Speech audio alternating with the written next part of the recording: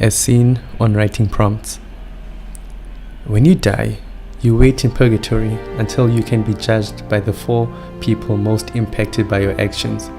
The person you were the most cruel to, the person you were the nicest to, the person who was saved by your actions, and the person who died because of your choices. In a room blacker than night, devoid of stars or any other such beauties, I floated. It was some shattered gap between nowhere and everywhere, the kind of lonely afterlife I'd always imagined would suit me best. I deserved nothing more. It stayed that way for, how do I put this, forever and yet not forever.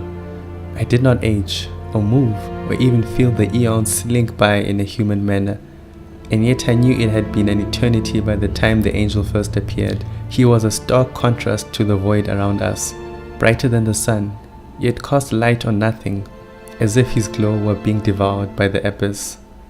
Suddenly, I was standing on a circular piece of stone and had some semblance of weight and being. The angel opened his arms and spoke not in words, but directly to my mind. "Timothy Halpert Bennington, you are now ready for judgment." Judgment. Of course, the afterlife would be something like religions predicted. I'm sure my life had left a bad taste in God's mouth. I didn't respond, only stared into the nothing below me. "Your first judge, the one you were cruelest to in life." I cocked my head, brows knitting into a line. People from my life would be judging me? No, please, just send me to hell. My eyes tried to shut, like slamming the door behind you to avoid a conversation you don't want to deal with, but something kept them open. The angel hadn't moved a muscle, and yet I knew it was him. A pocket of light smudged something within itself. That smear of darkness stepped forward onto another stone tile and clarified as the pocket zipped up. It was her. I knew it would be, but that didn't make it any easier to bear. "Oh, Timmy, you're so young," she said, a soft smile on her face. "I've missed you so much." I couldn't meet her eyes and searched for words, but my lips only trembled, mouthing empty motions. My eyes fell to the stone beneath her. "Look at me, Timothy," I obliged. "When you were a boy, no more than 15, you once burnt all my photo albums. Not just the ones with your father in them, but the ones of us, family trips and gatherings, every memory I ever had. They were erased forever, those last bits I had of him in our carefree times. I cried every day for a month when you went home. That was my joy, mementos of when life was simple and fun, which you turned to ash." There was nothing I wanted more than to squeeze my eyes shut, but I could not. I was forced to watch the sadness in her eyes as she spoke. "That was your most cruel action. It hurt me more than when your father left us. He had always been unkind, but for you, the light of my life, to torture away our memories like that, it broke me." Before I could muster the courage to apologize, she slipped away into light. I felt sick, so humanely sick in my stomach, but I knew there would be no relief. One does not vomit in the afterlife. The angel offered me no reprieve. "Your second judge, the one you were most kind to." Once more a flash, and once more an approach. My eyes widened, face flickering as I tried to understand. "You didn't expect to see me again, did you?" Her smile was wide and bashful. "How?" "Oh, silly boy. The mind plays tricks on us sometimes. You probably thought that because you'd caused me a great pain in life, there was no way you could have brought me joy. But life is not that black and white. It's so much more than that."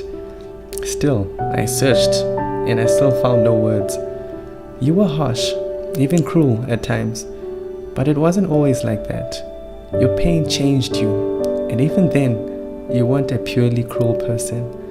Just one that lashed out once in a while because you didn't understand how to handle it. Life can get very confusing." This is my favorite story. When you were 10, such a cute little man, you wrote me a poem for a school project. I'll never forget the words on that card. "To Mom, my best friend, I love you more than gummy bears or mac and cheese. You make me happier than Racer when I drop a potato chip and he eats it. Happy birthday to the best mommy in the whole wide world. You wrote that on a card, decorated with hearts and smiley faces. You didn't know it, but that was right when I had first been diagnosed and your father started to show signs of his poor character as a man. Then on top of it, you cooked me dinner and it was so bad, but I ate every bite. It was the best meal I've ever had. Never in my entire life have I felt as happy as I did in that moment. You were such a deeply caring boy before everything went wrong. I barely even remembered any of that. Had I really done something to make her happy? Why didn't I remember it when I remembered such other terrible things so clearly? She disappeared into the light as I searched my soul, digging for answers but only turning up dirt. The angel, kind as he was, did not let me take a moment to figure things out. Your third judge, the one whose life you saved. I froze. The one whose life I saved? I've never saved a life. I'd only done things far from it. Perhaps it was standard practice and no one would walk through the portal this time. But, just like clockwork, she was back again, her smile warmer than the halo over her head. I gaped at her. No, I killed you. This makes no sense. I didn't save you. Is this some kind of sick joke? Do angels play pranks on people? Oh, sweetie, she said, shaking her head. It was mercy. Besides, the sickness had already stolen me. Letting me go in peace in no way makes it your fault. Have you held yourself accountable all this time? I couldn't find it in me to respond, mashing my teeth together instead. It was my time to go. There was so much pain and suffering that plagued me. In the end, my sickness was no fault of yours. The fact that you pulled all your hurt aside and stayed with me so I wouldn't be alone meant more than the world. You did the most brave thing a boy can do for his mother and saved me. Finally, there were words I found that I'd been looking for, choked and jagged as they were. I love you, Mom. I'm so sorry I wasn't a better son. Shh. Now, darling, your hurt is almost over. I'll be waiting for you. One final time, she faded away. And now, your final judge, the angel said, the one whose life you took. My nails bit into the skin. I clenched so hard, and I breathed deep to keep myself together in front of the angel overseeing it all. Though, honestly, hiding things probably didn't work when in the presence of godly beings.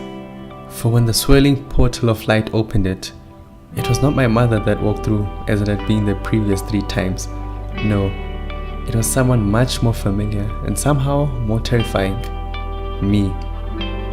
I fought hard to look away, harder than I'd fought before, but I just couldn't. There was no power in me wherever I was, and so I simply stood there, frozen and sobbing at my own reflection. This is probably pretty rough for you, he said, pursing his lips. I let out a croak in response. You've always been too hard on yourself, you know that? Isn't it time that you got a little peace too? I don't deserve it, I whispered. Everyone does. This world is a complicated and terrifying place, and everyone knows their own pain. You lived a life consumed by yours, more than equal penance for your mistakes. You've heard what she had to say, and seen the smile she still wears.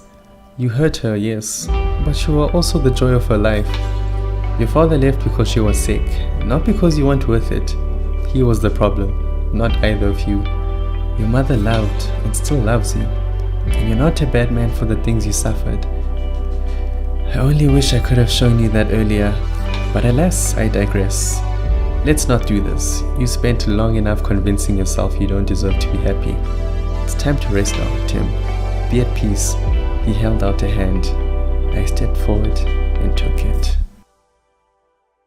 I won't lie, this writing prompt was super fantastic. Not just the topic the user presented, but even the response that this particular user gave. So incredible. And it's funny because I'm not even part of the sub. I don't even remember how I found it. No, I'm lying. I think I was viewing all the popular posts on Reddit, and I saw it, clicked on it, I read the prompt, I read the response. I was just like, oh my gosh, this is amazing. So yeah, man, this is so incredible. And of course, all credits go to the user. Fantastic job.